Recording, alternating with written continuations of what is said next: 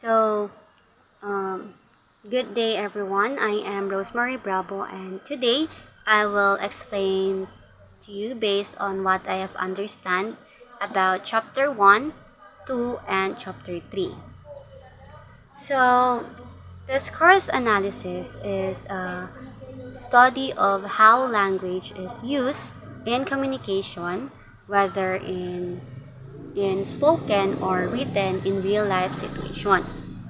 So, it focuses on understanding meaning beyond individual sentences by examining how people interact, express ideas, and communicate within specific contexts.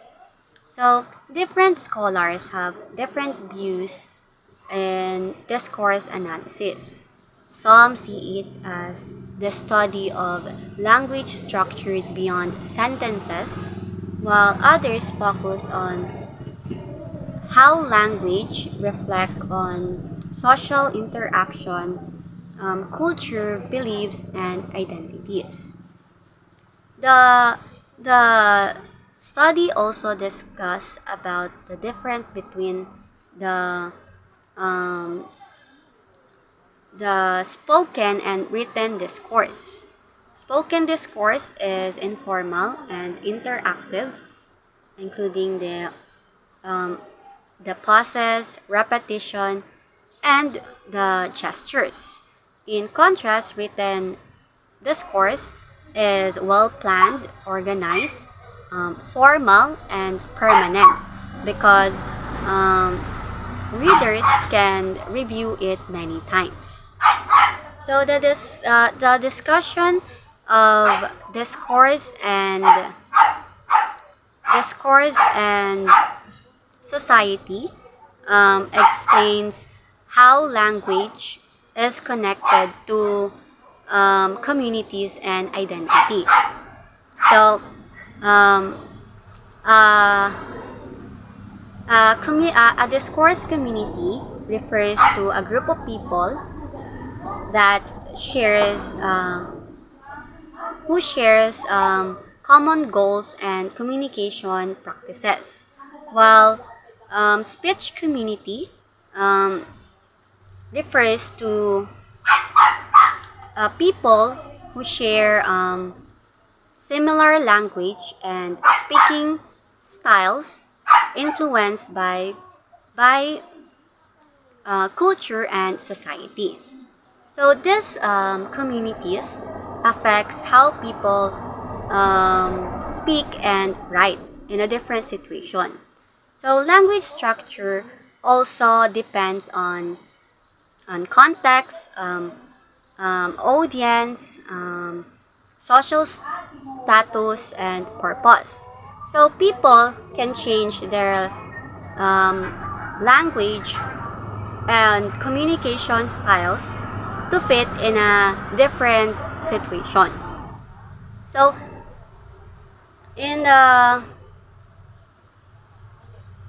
context in the lesson also explains the gender and gender and sexuality, that gender and sexuality influence communication pattern, including the voice, the word choice, and ways of expressing um, emotions. So the next is the discussion of discourse and pragmatics. Um, focuses on how how meaning depends on context So pragmatics is the study of how people understand meaning beyond understand meaning based on a different based on a on a situation and and a shared knowledge. So not only on the literal meaning of the word. So the same statement may have different meaning depending on the depending on the context in which it is used. So the lesson also explains the speech act, um, which are actions performed actions performed which actions performed like such as apologizing, thanking, requesting, promising, and giving and giving commands. So this shows that communication is not only about speaking. It's about performing actions and expressing intentions. So that's all answered. Thank you. Thanks. Bye.